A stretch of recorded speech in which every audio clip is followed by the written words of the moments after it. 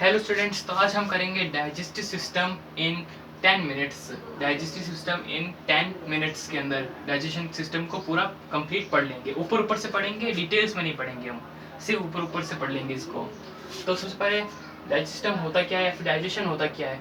From injection of food to defecation of waste material a system works called digestive system. Food के intake से लेके उसके excretion तक एक सिस्टम वर्क करता है जिसे कहते हैं डाइजेस्टिव सिस्टम। डाइजेशन क्या होता है? डाइजेशन होता है ये सारे जो ऑर्गन्स हैं ये कुछ ना कुछ वर्क करते हैं अपने कॉम्प्लेक्स फूड पे, उसको सिंपल मॉलिक्यूल्स में बदलने के लिए। उसे डाइजेस्टिव या फिर डाइजेशन कहते हैं। ठीक है, तो फर्स्ट जो ऑर्गन है डाइजेस्टिव सिस्टम में वो है माउथ। वो है माउथ, मुंह जिसे हम कहते हैं माउथ है। इसको ओरल कैविटी भी कहा जाता है, इसको ओरल कैविटी भी कहा जाता है। तो ये माउथ है, यहाँ से फूड इनटेक होता है, यहाँ से फूड अंदर हमारे डाइजेशन सिस्टम के अंदर जाता है। इसके अंदर सलाइवरी ग्लैंड होता है। सलाइवरी ग्लैंड जो वर्क करता है फूड के अंदर के स्टार्च को ब्रेक करने के लिए, फूड के अंदर के स्टार्च को ब्रेक करता है सलाइवरी ग्लैंड्स के। और भी बहुत सारे वर्क होते हैं, जैसे फूड में बहुत सारे माइक्रो ऑर्गेनिज्म भी होते हैं। तो कुछ खतरनाक माइक्रो ऑर्गेनिज्म होते हैं जो हमें हार्म पहुंचाते हैं। तो उन माइक्रो ऑर्गेनिज्म को ये खत्म कर देता है सलाइवरी ग्लैंड, जो सलाइवा सीक्रेट करता है। ठीक है, फिर बारी आती है फेरेंक्स की। बारी आती है फेरेंक्स की। फेरेंक्स माउथ से एंटर करते ही इस पे सलाइवरी ग्लैंड वर्क करेगा, फिर ये फेरेंक्स को जाएगा, फेरेंक्स के पास जाएगा। क्या होगा? फेरेंक्स जो है वो माउथ से फेरेंक्स ओसोफेगस तक फूड को पहुंचाएगा। जैसे फूड मॉलिक्यूल्स है, ये फेरेंक्स से आए और ओसोफेगस तक चले गए। ओसोफेगस क्या है? ये टनल टाइप या फिर लॉन्ग नैरो ट्यूब है जो फूड को पहुंचाती है स्टमक तक। अब ये फूड स्टमक जैसा आया। स्टमक मेनली 3 लीटर्स तक अपने अंदर फूड स्टोर कर सकता है। ये स्टोरेज डक्ट जिसे हम कह सकते हैं, वो भी कह सकते हैं, उसको स्टोरेज डक्ट कह सकते हैं। मेनली 3 लीटर तक, ठीक है, 3 लीटर तक अपने अंदर स्टोर कर सकता है फूड मॉलिक्यूल्स को। ठीक है, फिर इस पे वर्क करता है लीवर, अपने कुछ ग्लैंड से वर्क करता है लीवर स्टमक पे, जिससे डाइजेशन शुरू हो जाता है। फिर बारी आती है स्मॉल इंटेस्टाइन की, या फिर बारी आती है पहले पैनक्रियास की। पैनक्रियास क्या करता है? स्मॉल इंटेस्टाइन के अंदर या फिर स्टमक के अंदर पैनक्रियाटिक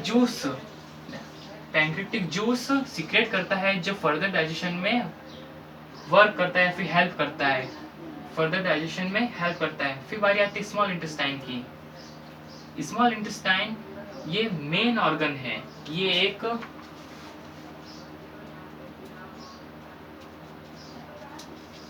मेन ऑर्गन है। किसका? पूरे डाइजेस्ट सिस्टम का मेन ऑर्गन है, मेन ऑर्गन है पूरे डाइजेस्ट सिस्टम का। क्यों? क्योंकि 70 से 75% डाइजेशन स्मॉल इंटेस्टाइन के अंदर ही होता है। 70 से 75% डाइजेशन जो है वो स्मॉल इंटेस्टाइन में ही होगा। उसके बाद में कोई लार्ज इंटेस्टाइन की बारी आती है। लार्ज इंटेस्टाइन क्या करता है? स्मॉल इंटेस्टाइन से जो फूड मॉलिक्यूल्स एब्जॉर्ब या फिर डाइजेस्ट नहीं हो सके, वो लार्ज इंटेस्टाइन जो है वो एब्जॉर्ब करेगा या फिर उसको डाइजेस्ट करेगा। Small intestine mainly 7 metre long होती है, 7 मीटर लॉन्ग होती है ह्यूमन बॉडी के अंदर। ये इसका नाम है स्मॉल, पर वर्क सबसे लार्ज है। इसका नाम स्मॉल है पर वर्क लार्ज है। इसका नाम लार्ज है पर वर्क बहुत स्मॉल है। फर्दर एब्जॉर्प्शन करेगा, जो बचा कुचा होगा उसको एब्जॉर्ब करेगा ये। ठीक है, फिर बारी आती है एनस की। Anus is the last part of the digestive system, जहाँ से खाना जो है फूड मॉलिक्यूल्स है वो एक्सक्रीटरी सिस्टम तक चले जाते हैं, पूरे सिंपल मॉलिक्यूल्स होके। ठीक है, तो इस पूरे ऑर्गन या फिर ग्लैंड जो भी वर्क करे डाइजेस्ट सिस्टम को, माउथ से लगा के एनस को एक वर्ड से हमने डिनोट कर दिया है, एलिमेंट्री कैनाल। Alimentary canal. कोई नहीं कहेगा कि डाइजेस्ट सिस्टम में माउथ इतना होता है, ये माउथ पहले आता है या फिर ओसोफेगस बाद में आता है। हम क्या कहेंगे, एलिमेंट्री कैनल में माउथ फर्स्ट आता है, फिर पैनक्रियास सेकंड आता है, इसोफेगस थर्ड आता है, या फिर फोर्थ स्टोमक आता है, या फिर स्मॉल इंटेस्टाइन वगैरह वगैरह। तो उसे हम एलिमेंट्री कैनाल कहेंगे, इस पूरे को एलिमेंट्री कैनाल कहेंगे। तो पता चला ना आपको, इनटेक कहाँ से होगा फूड, माउथ से, फिर पैनक्रियास से होकर इसोफेगस से होकर स्टोमक पे जाएगा, जो एक स्टोर करता है फूड को, सिर्फ स्टोर करता है। फिर इस पे लीवर वर्क करेंगे। फिर बारी आएगी पैनक्रियास की, फिर फूड मॉलिक्यूल जो है वो स्मॉल इंटेस्टाइन पे जाएंगे, स्मॉल इंटेस्टाइन में जाएंगे ऐसे, ये बहुत घूमी हुई जो पूरी इधर से उधर से निकली हुई जो स्मॉल इंटेस्टाइन है उधर जाएंगे। अब स्मॉल इंटेस्टाइन क्या 70% जो डाइजेशन वो करेगा किसकी मदद से, पैनक्रियास की मदद से। पैनक्रियास क्या पैनक्रियाटिक जूस छोड़ेंगे, सीक्रेट करेंगे किसके अंदर, स्मॉल इंटेस्टाइन के अंदर या फिर स्टोमक के अंदर, जो हेल्प करेंगे डाइजेशन में।